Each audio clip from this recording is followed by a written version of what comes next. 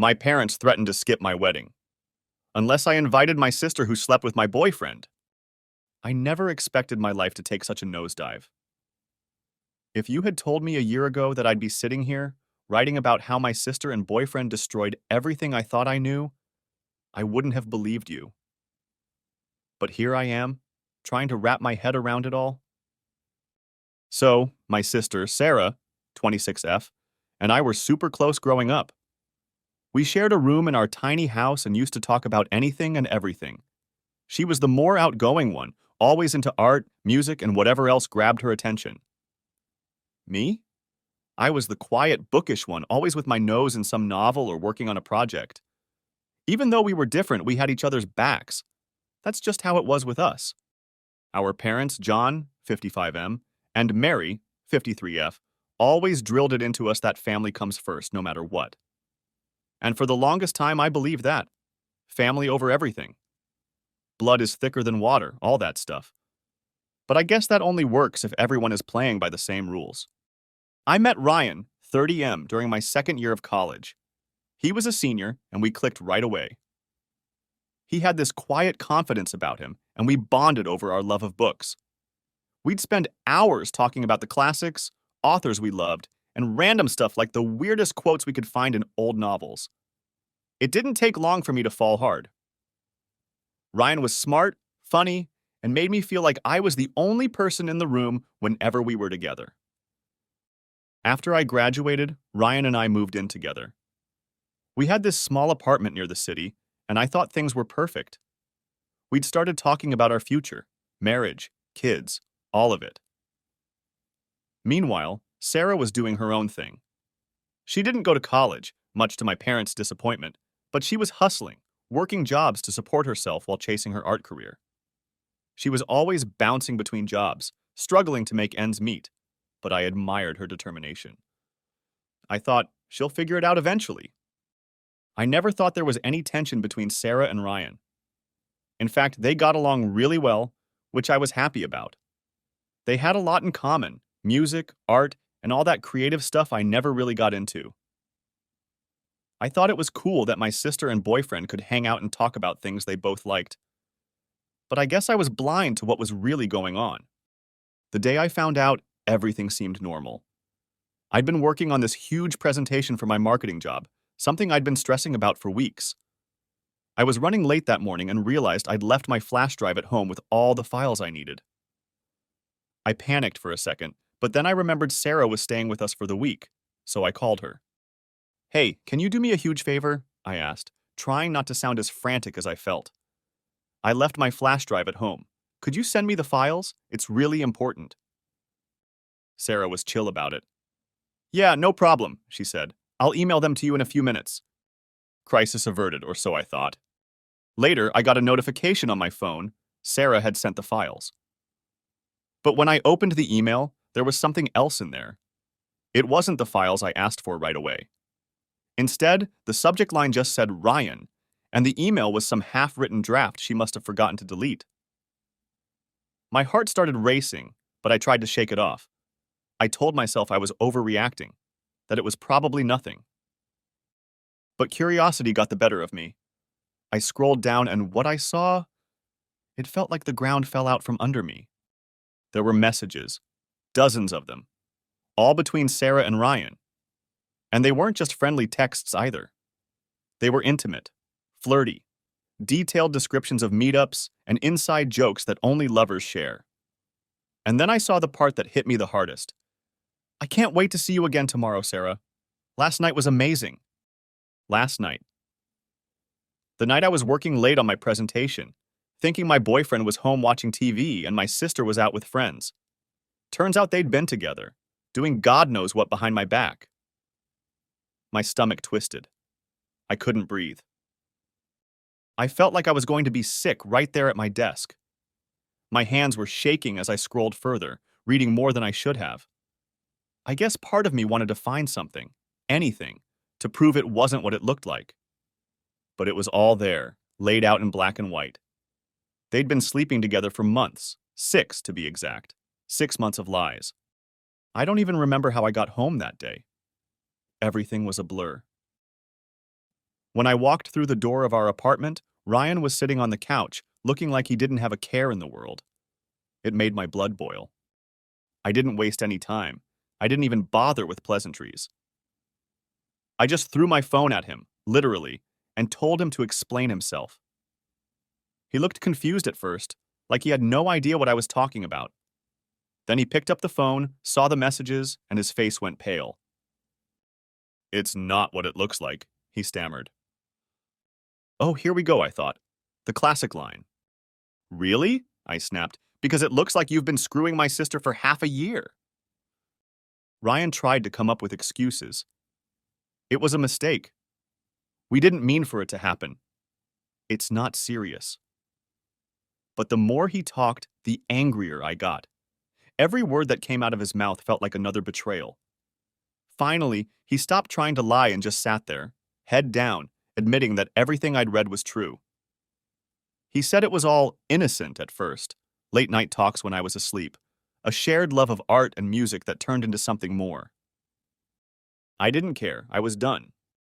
"Get out," I said, my voice shaking. "I don't want to see you again." Ryan didn't argue. He grabbed his stuff and left. And just like that, the life I thought I was building with him crumbled to dust. But the worst part wasn't even him. It was Sarah, my own sister. After Ryan left, I sat there, trying to process what had just happened. But I couldn't. Not until I confronted Sarah. I had to hear it from her. I had to know why she'd done this to me. I drove to her place, my hands shaking the whole way. When she opened the door, she looked like she already knew. She didn't even try to lie like Ryan did. She just stood there, looking guilty, and said the words that broke me completely. "I'm sorry. I didn't mean for it to happen, but I love him." I couldn't believe it. My own sister. I couldn't even find the words to respond. I just turned around and left, tears streaming down my face as I realized the two people I trusted most had completely shattered my world. And that was it. That was the day I lost them both. I don't think I've ever felt as numb as I did driving away from Sarah's apartment that day. I had all these emotions boiling up inside of me: anger, betrayal, sadness, but I just felt empty. It was like I was floating through it all, watching my life fall apart in slow motion and not being able to do a damn thing about it. I parked my car at a random lot and just sat there for a while, trying to make sense of everything. How could they do this? How could she do this? Sarah was my sister, someone I trusted more than anyone in the world, and Ryan, well, I thought he was my future. It was like my whole life had been a lie, and I was the last one to find out. Eventually, I went back to the apartment I used to share with Ryan, and when I walked in, it felt so wrong. The place felt different, like it wasn't even mine anymore. I looked around at all the stuff we'd bought together, the couch we used to binge watch shows on, the pictures of us hanging on the walls, and it just hit me. None of that mattered now. Everything was tainted. I didn't even know where to start, but I knew one thing: I couldn't stay there. I didn't want to be in the same place where everything had happened. I grabbed a duffel bag and started throwing in some clothes, my laptop, and anything else I thought I'd need for a few days. I couldn't bring myself to pack up everything. It felt too final, like I was officially admitting that my life with Ryan was over. While I was packing, Ryan came back. I heard the door open and I froze for a second. I didn't want to see him, didn't want to hear anything he had to say, but there he was, standing in the doorway, looking like he'd been run over by a truck. Part of me wanted to yell, to scream at him for what he'd done. But I was too tired, too drained to even get that angry anymore. "Please, just listen," he said, his voice all shaky. "Can we talk?" I didn't answer. I just kept packing, my back to him.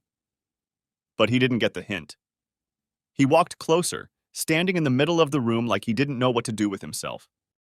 "I made a mistake," he said, and I felt my blood pressure rising. A mistake? Seriously? That's what he was going with? Like this was some little slip-up he could apologize for, and we could just move past it? I dropped the bag on the floor and turned around to face him. "A mistake? You slept with my sister for 6 months, Ryan. That's not a mistake. That's a choice. Over and over again. He looked down at his feet like a scolded kid. I know, he mumbled. I just, I didn't mean for it to go this far. It just happened. I wanted to laugh in his face. It just happened? That's what people say when they spill a drink or miss a bus, not when they betray the person they claim to love by sleeping with their sister. What do you want me to say? I asked, my voice shaking with frustration. What can you possibly say that's going to make this better? Ryan opened his mouth, then closed it again, like he didn't have an answer. Because there wasn't an answer. Nothing he could say was going to undo what he did. Nothing was going to fix it. I'm sorry, he whispered. I rolled my eyes. Sorry, that's it? He looked desperate now, like he was grasping at straws. I never wanted to hurt you. I was just confused. Sarah and we connected over stuff, and I didn't know how to handle it. I didn't mean for it to happen, but it did, and I'm sorry. I messed up. Yeah, you messed up, I snapped, my voice louder now. You didn't just mess up, Ryan. You broke my trust. You broke me. I could feel the tears welling up in my eyes, but I didn't want to cry in front of him. I didn't want to give him the satisfaction of seeing how much he'd hurt me. Ryan stepped closer, reaching out like he was going to touch me, but I backed away, holding up my hand. Don't, I said, my voice cracking. Just don't. He stopped, his arm falling to his side, and we stood there in silence for what felt like forever. I didn't know what to do, what to say. I just wanted him gone. You need to leave, I finally said. Can we at least talk about this? He asked, his voice pleading. I don't want to lose you. I couldn't help but laugh, but it wasn't a happy laugh. It was the kind of laugh you make when everything's so messed up that it doesn't even feel real anymore. You lost me the moment you decided to sleep with my sister, I said, wiping my eyes. There's nothing left to talk about. We're done. Ryan stood there, looking like he wanted to argue, but he didn't. He just nodded, his shoulders slumped, and turned to leave. As the door clicked shut behind him, I felt a strange mix of relief and sadness. Relief because he was finally gone, and sadness because this was it. This was the end of everything we'd built together. I sat down on the bed, staring at the half-packed bag on the floor. My mind was racing, but at the same time, I felt this weird numbness, like my brain was trying to protect me from feeling too much at once. I knew I had to move forward, had to start figuring out what came next, but right then, I was just stuck in that moment, trying to wrap my head around everything that had just gone down. I texted my friend Emily, asking if I could crash at her place for a while. I couldn't stay here. Not after what happened. I needed to get out, get some space to clear my head, and figure out my next move. Emily didn't ask questions. She just said, "Of course, come over whenever you're ready." I stuffed the rest of my clothes into the duffel bag, grabbed my essentials, and left the apartment, not even bothering to look back. I wasn't sure when I'd be back to get the rest of my stuff, but I knew I couldn't stay there another second. That place wasn't my home anymore. It hadn't been since the moment I found out what Ryan and Sarah had done. As I drove to Emily's, I kept replaying everything in my head. The emails, the lies, the look on Ryan's face when I confronted him. Sarah's empty apology. It was like I couldn't escape it, no matter how hard I tried. By the time I got to Emily's, I was completely drained. She gave me a hug, told me I could stay as long as I needed, and didn't press me for details. I was grateful for that. I wasn't ready to talk about it yet. Not really. That night, as I lay on her couch, staring at the ceiling, I tried to focus on anything other than the pain that was threatening to swallow me whole. But it was impossible. The betrayal, the heartbreak, it was all too fresh, too raw. I didn't know what the next day would bring or how I was going to move forward from this. All I knew was that I had to keep going, even if it felt like I was falling apart. Because what else could I do? I stayed at Emily's place for the next few days, trying to figure out what the hell I was going to do with my life now. It's crazy how your whole world can just collapse in an instant, and you're left picking up the pieces, not even sure how to start. I didn't want to face my family yet, especially not my parents. I knew I'd have to tell them eventually, but I wasn't ready for their reaction. I just needed time to process everything without having to deal with all the extra drama that would come with it. But of course, life doesn't give you that time. After a few days of silence, my phone started blowing up. Missed calls, texts, voicemails from my mom and dad. I knew what they wanted. They wanted to know why I wasn't answering, why I hadn't been home, why I wasn't picking up. They probably figured something was wrong but had no clue just how messed up everything had gotten. I finally caved and called my mom back. The second she answered, I could tell she'd been worried sick. Her voice had that frantic, "What's going on?" tone, and I could practically hear her pacing around the house. "Where have you been? We've been trying to reach you for days. Why haven't you called back? Are you okay?" She fired off all these questions, barely giving me time to respond. I took a deep breath and tried to keep my voice steady. "Mom, I'm fine. I've just been dealing with some stuff." "What stuff?" she asked, sounding confused. There was no easy way to say it, so I just blurted it out. Ryan and Sarah were having an affair. Silence. It was like the air got sucked out of the room, and for a few seconds, I didn't hear anything on the other end of the line. I almost thought the call had dropped, but then Mom spoke, her voice barely above a whisper. "What?" I repeated myself, feeling the words sting again as I said them. "Sarah and Ryan. They were hooking up behind my back for 6 months." I could hear Mom's sharp intake of breath. "Are you sure?" she asked, like she couldn't believe what I was telling her, like somehow I'd gotten it all wrong. "Yeah, I'm sure," I said, my voice harder than I meant it to be. "I saw the emails, Mom. I confronted them both. They admitted it." More silence. I could tell she was struggling to process what I just told her. I mean, who wouldn't be? It wasn't like this was some small thing. This was the ultimate betrayal, and I knew it was going to hit her hard. I don't know what to say," she finally managed. "How could this happen? Sarah, your own sister?" "Yeah, I know," I said, trying to keep the bitterness out of my voice. "Believe me, I'm just as shocked as you are." At that point, I could hear my dad in the background, asking what was going on. Mom must have put me on speaker because the next thing I knew, Dad's voice came booming through the phone. "What's all this about?" he demanded. I sighed, knowing I'd have to explain the whole thing again. So I did. I laid it all out for them. How I found the emails, how Ryan and Sarah had been sneaking around behind my back, how I'd confronted them and kicked Ryan out. By the time I was done, I was emotionally drained all over again, like ripping open a wound that hadn't even begun to heal yet. Dad was quiet for a long time after I finished. I could almost picture him sitting there, jaw clenched, hands gripping the armrests of his chair. He wasn't the type to blow up right away, but when he got mad, you knew it. And this? This was definitely something that would make him mad. When he finally spoke, his voice was low and controlled. "That son of a bitch," he said, each word slow and deliberate. "And your sister? How could she do this to you?" "I don't know, Dad," I said, my voice breaking. "I don't know." I thought for a second they'd be as furious as I was, that they'd be on my side, comforting me, maybe even cutting Sarah off like I had. But then, Mom spoke up again, and everything took a turn I didn't see coming. "Maybe you should talk to her," she said softly. "See if you can work this out."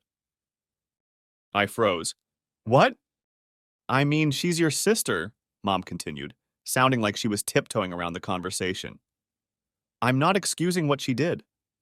What she and Ryan did was awful, but maybe you two can find a way to fix things. Family's important, you know that." I couldn't believe what I was hearing. I'd just told them how Sarah had stabbed me in the back in the worst way possible, and their first instinct was to get me to forgive her? To fix things? "Are you serious?" I asked, my voice rising. "She slept with my boyfriend, Mom. She betrayed me. How am I supposed to just work it out with her?" "I'm not saying you have to forgive her right away," Mom said, clearly uncomfortable. "But she's your sister. You two have been close your whole lives. I hate to see this tear you apart." Tear us apart?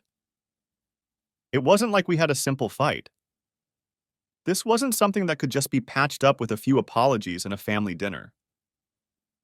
Sarah had destroyed our relationship. There was no coming back from that, at least not anytime soon. I don't think you understand how badly she hurt me, I said, my voice shaking. She's not my sister anymore. Not after this. Dad finally chimed in again. Look, I get that you're angry and you have every right to be, he said, his voice still calm but firm. But what your mom's trying to say is, don't make any decisions you can't take back. Sarah's family. You might hate her right now, but at the end of the day, she's still your sister. Maybe one day you'll be able to find some sort of peace with this. I felt like I was going crazy. Here I was, hurting more than I ever had in my life, and they were worried about keeping the family together? Where was the outrage? Where was the support? I needed them to be on my side to see how broken I was. But all I was getting was, she's still your sister and family is everything. I'd had enough. I can't do this right now, I said, my voice tight. I need some space. I'll talk to you guys later. I hung up before they could say anything else. I was shaking, trying to hold back the tears. I couldn't believe it. My parents, my own parents, were more concerned about me forgiving Sarah than they were about what she'd done to me. It felt like they were choosing her, like they were telling me my feelings didn't matter. And that hurt almost as much as the betrayal itself. After that call, I knew things were going to be different. It wasn't just Sarah and Ryan who'd betrayed me. In a way, my parents had too. They weren't on my side. They were just trying to keep the peace, and I wasn't interested in peace right now. I was interested in surviving, in figuring out how to get through this without falling apart completely. I didn't know what the next steps were, but one thing was clear. I was on my own. After that call with my parents, I felt more alone than ever. I mean, I knew things were already messed up, but hearing them try to push me toward forgiveness, like it was that simple, just made everything worse. I thought I could at least count on them to understand how broken I was, but they just didn't get it. It's like they were so focused on keeping the family together that they couldn't see how much I needed them to support me, not Sarah. I stayed with Emily for a while longer, trying to get my head on straight. I had no idea how to even begin putting my life back together. The person I thought I was going to marry had betrayed me. My sister, the person I trusted the most, had betrayed me, and my parents? They were basically telling me to suck it up and get over it. I wasn't ready to deal with any of it, but I knew I couldn't hide forever. One night, while I was zoning out on the couch at Emily's, she brought up something I hadn't thought about yet. You know, you're going to have to get the rest of your stuff from the apartment at some point, she said carefully, like she didn't want to push me too hard, but knew it had to be said. She was right. I couldn't just avoid the apartment forever, no matter how much I wanted to. All my things were still there, and I had to figure out how to move on. But the thought of going back to that place, the place where everything fell apart, made me sick to my stomach. So, a few days later, Emily and I drove over to the apartment. I hadn't been back since the day I kicked Ryan out, and walking through the door was like stepping into a time capsule of everything I'd lost. We managed to pack most of my things by the end of the day, but I still had this feeling of unfinished business. Like even though I'd gotten all my stuff out, I hadn't fully let go yet. The apartment, Ryan, Sarah, it all still had this hold on me, and I hated it. When we finally got back to Emily's, I felt a little lighter, but I still wasn't sure what my next move was. I couldn't go back to that apartment, but I didn't want to keep imposing on Emily forever. I needed to start making some real changes to move on from this chapter of my life, even if it felt impossible at the moment. It was around that time I met Alex. We were introduced through some mutual friends at a casual get-together, and at first I wasn't really in the mood for socializing. I mean, after everything that had happened, the last thing on my mind was meeting someone new. But Alex was different. He didn't push, didn't pry into what had happened. He was just easy to talk to. He made me laugh in a way I hadn't in a long time. I remember one night we were all sitting around, and Alex started telling this ridiculous story about his dog getting into his neighbor's yard and causing absolute chaos. It was stupid and silly, but it was the first time I genuinely laughed since everything fell apart. I didn't realize how much I needed that. Realize how. We started hanging out more, just as friends at first, and I appreciated that he wasn't in any rush to make things more serious. It was nice having someone to talk to, someone who wasn't involved in all the drama of my past. He knew what had happened with Ryan and Sarah. He'd heard it from our mutual friends, but he never pushed me to talk about it unless I wanted to. He was patient, giving me the space I needed to figure things out. Eventually, things did start getting more serious with Alex, but it was different this time. I wasn't rushing into anything. After what had happened with Ryan, I had major trust issues, and Alex knew that. He didn't push me to move faster than I was comfortable with, which made all the difference. Slowly, I started to feel like maybe there was a future for me after all, even if it wasn't the one I'd originally planned. But just as I was starting to feel like I was getting my life back on track, my parents threw another wrench into things. They knew I was seeing Alex, and they were happy for me, but they just couldn't let go of the whole Sarah situation. Every time I talked to them, they found some way to bring her up, like it was their mission to make me forgive her. You know, Sarah's been struggling, Mom would say during one of our phone calls. She's been through a lot since everything happened. She misses you. I wanted to scream. I knew Sarah was struggling. I wasn't blind to it. But that didn't change what she did. And yet, every time I talked to my parents, it was like they were trying to guilt me into letting her back into my life. They just couldn't seem to understand that I wasn't ready for that. Maybe I'd never be ready for that. It got to the point where I was dreading talking to them. Every conversation turned into some sort of passive-aggressive guilt trip about Sarah and how family is forever and everyone makes mistakes. But I was tired of hearing it. I was tired of them trying to fix something that couldn't be fixed, at least not right now. I had to put some distance between us. I stopped answering their calls as much, and when I did talk to them, I kept it short. I wasn't trying to be rude, but I just couldn't handle the constant pressure anymore. I needed space to figure out what I wanted, not what they wanted from me. I was moving forward, but it was on my own terms. And for the first time in a long time, I was okay with that. As time went by, my relationship with Alex became more serious, and eventually, he proposed. I was over the moon, and we soon started planning our wedding. I thought wedding planning would be all about picking flowers, deciding on cake flavors, and finding the perfect dress. You know, the stuff you see in movies. But for me, it was like walking through a minefield. The closer we got to the big day, the more my parents turned it into a constant battle. And of course, the main problem was Sarah. From the start, I knew it was going to be tricky with her. After everything that had happened with Ryan, the last thing I wanted was Sarah anywhere near my wedding. I mean, she betrayed me in the worst way possible. The idea of having her there, standing around like nothing happened, made my skin crawl. But of course my parents had a completely different view. They had started making little comments here and there like, "Have you thought about inviting Sarah?" Or, "It would be nice to have the whole family together." At first, I ignored it. I figured they'd eventually get the hint and drop it. But they didn't. In fact, it seemed like the closer we got to the wedding, the more they pushed. One afternoon, my mom and dad came over to help finalize some wedding details, or at least that's what I thought. We sat down with the guest list, and my mom had this weird look on her face the whole time. I could tell something was coming, but I wasn't ready for what she said next. "So, we've been thinking," she started, her voice too casual for the way she was fidgeting with the paper in her hands. "We really think it would be a mistake not to invite Sarah to the wedding." I froze. I'd been waiting for this conversation, but I still wasn't ready for it. "Mom," I said, trying to stay calm, "we've talked about this.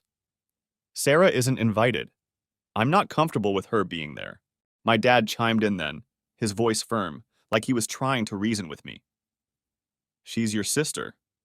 Don't you think you two can at least try to work things out? It's your wedding. It should be a time for family to come together." I took a deep breath, already feeling the tension rise in my chest. "Dad, this is my wedding. I don't want to spend the whole day feeling uncomfortable because she's there. It's supposed to be a happy day for me and Alex, not a reunion where I'm forced to forgive her just because it's family." But they didn't stop there. My mom leaned forward, her tone turning soft, almost pleading. "Sweetie, Sarah's been struggling. She regrets what happened, and this could be a chance to start fresh. We just don't want this rift to last forever. I could feel my patience slipping. This isn't about starting fresh. She slept with my boyfriend. It's not something I can just get over because it's convenient for the wedding. I'm not ready to forgive her, and I don't know if I ever will be. That's when things escalated. My dad sighed, crossing his arms. We're not saying you have to forgive her right away, but not inviting her to the wedding. Do you really want to make things worse? We're your parents, and we're telling you this is a mistake. I could feel my anger building. They weren't listening. It was like they cared more about keeping up appearances and having Sarah there than they did about how I felt. I don't care if it makes things worse, I snapped. This is about me and Alex, not Sarah. She lost the right to be part of my life when she did what she did. Then my mom hit me with the line that really set me off. If Sarah isn't invited, we might have to reconsider attending the wedding ourselves. I stared at them, completely speechless. I couldn't believe what I was hearing. My own parents were basically giving me an ultimatum. Invite Sarah or they wouldn't come to my wedding. The worst part? They said it so calmly, like it was some reasonable request, like they were helping me by threatening to not come. You can't be serious, I said, my voice barely holding it together. You're really telling me that you won't come to your own daughter's wedding because I won't invite the sister who betrayed me? My dad didn't even blink. We're not saying we don't want to be there, but family is important. Sarah should be there, and we don't want to see our family divided like this. I couldn't believe it. This was my day, and here they were, making it all about Sarah. Not once did they ask how I felt about it. Not once did they consider that maybe, just maybe, I didn't want the person who hurt me most at my wedding. But it got worse. They didn't just stop at Sarah. Oh no, they decided to come for Emily too. And about Emily, my mom started, hesitating like she knew she was about to cross a line. We know she's been a good friend to you, but we also feel like she's complicated things between you and the family. I just stared at her. What are you talking about? My dad jumped in, clearly trying to back her up. We think maybe you should reconsider having Emily in the wedding party. She's been part of the reason you've distanced yourself from us, hasn't she? We're just worried she's been a negative influence. I couldn't believe what I was hearing. They were actually blaming Emily, my best friend, the one who had stood by me when my life fell apart, for complicating things. They thought she was the problem? So, let me get this straight, I said, my voice shaking. You want me to invite Sarah, the person who betrayed me, but uninvite Emily, the person who supported me through all of this? That's your solution? My mom had the nerve to look sad, like she was the one being hurt here. We just think it would help things go smoother. You and Sarah could try to rebuild, and Emily, well, she's not family. That was it. I was done. You know what? No. Emily is family. She's been more of a sister to me than Sarah ever has. If you're telling me I have to choose between inviting Sarah or having you at my wedding, then I guess you're not coming. They looked shocked, like they couldn't believe I was actually standing up to them. But I wasn't backing down. I wasn't going to let them guilt-trip me into making my wedding day about Sarah. This is my wedding, I continued, my voice firm. And I'm not going to invite someone who hurt me just to make you happy. If you can't respect that, then maybe you shouldn't be there. My mom started to cry, and my dad just shook his head, but I didn't care anymore. I wasn't going to bend this time. They could either support me or miss the wedding, but I wasn't going to let them control my life anymore. They left without saying much else. And after the door closed, I just stood there, feeling a weird mix of sadness and relief. It hurt, knowing they might not come. But at the same time, I felt free. Free to have the wedding I wanted, with the people who actually cared about me and supported me. And honestly, that's all I needed. After everything that happened with my parents, I wasn't sure what to expect. I sent out the invitations, hoping deep down that maybe they'd change their minds. I kept telling myself not to get my hopes up, but, they're my parents. Even after all the drama, I thought maybe, just maybe, they'd come to their senses and show up for me on my wedding day. But as the days passed and the RSVP deadline came and went, I didn't hear a thing.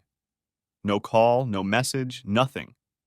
I tried not to let it get to me, but it's hard not to feel something when your own parents are basically saying, yeah, We'd rather skip your wedding than support you. As the wedding day got closer, I pushed all that aside. I had too much to focus on.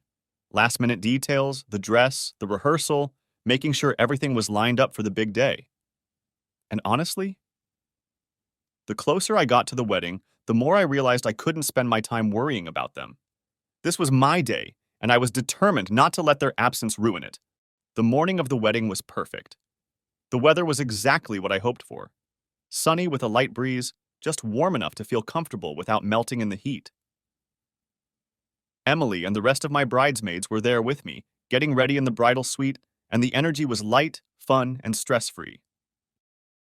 We laughed, talked about everything except my parents, and just focused on what the day was supposed to be about. Celebrating my marriage to Alex. I won't lie, though.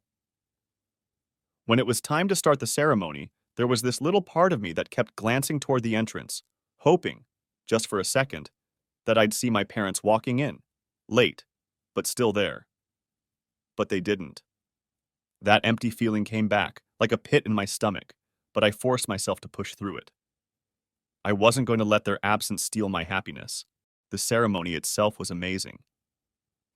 Walking down the aisle without my dad was tough, but seeing Alex standing there, waiting for me with that goofy, loving smile on his face made everything else fade away. The vows, the laughter, the joy, it all felt so right, so us. I realized then that while I was a little sad about my parents, they weren't the ones who made this day special. Alex did. Our friends did. The people who actually cared about us and our happiness made it special. By the time the reception started, I wasn't even thinking about them anymore. The whole evening was filled with dancing, laughing, and just celebrating with the people who mattered. Emily gave the most heartfelt speech, making everyone tear up a little, and Alex's best man told some hilarious stories that had everyone rolling. The food was great, the music was perfect, and the dance floor was packed all night. Honestly, it couldn't have gone better. When Alex and I finally left, heading off for our honeymoon, I felt lighter than I had in months. There was no more stress, no more drama, just the two of us, starting this new chapter together. We went on this amazing trip, spending 2 weeks at a beach resort, just relaxing and enjoying the fact that we were married. It was the escape we both needed, a chance to leave everything behind and just focus on each other. But even during the honeymoon, I kept waiting for my phone to buzz, thinking maybe, my parents would reach out. Maybe they'd regret not coming. Maybe they'd want to make amends. But nothing. Not a single text. Not a call. Not even a generic congrats message. Radio silence. And honestly, by the time we got back, I was over it. Done. I had spent so much energy worrying about them, hoping they'd come around. But it was clear they weren't going to. I had given them every chance to be part of my life, to show up for me when it really mattered, and they chose not to. That's on them, not me. I'm not saying it didn't hurt because it did. But I was done letting their decisions control how I felt. I wasn't going to spend any more time chasing after people who didn't want to be there for me. I had Alex. I had my friends. I had the people who did show up, and that was enough. So, after the honeymoon, I just moved on. I didn't reach out to them, and they didn't reach out to me. And that was fine. I had a new life to focus on, and I wasn't going to let their absence cast a shadow over my happiness. The wedding was everything I hoped it would be, even without them. And as much as it hurt to realize they'd chosen not to be part of it, it also showed me something important. I don't need them to validate my life. I've got the people who truly care about me, and that's more than enough. So yeah, I was done with them. For the first time, I felt okay saying that. It wasn't angry or bitter. It was just the truth. They made their choice, and I made mine. And at the end of the day, I was happy with how it all turned out. Because even without them, the day was still amazing, and that's all that really mattered.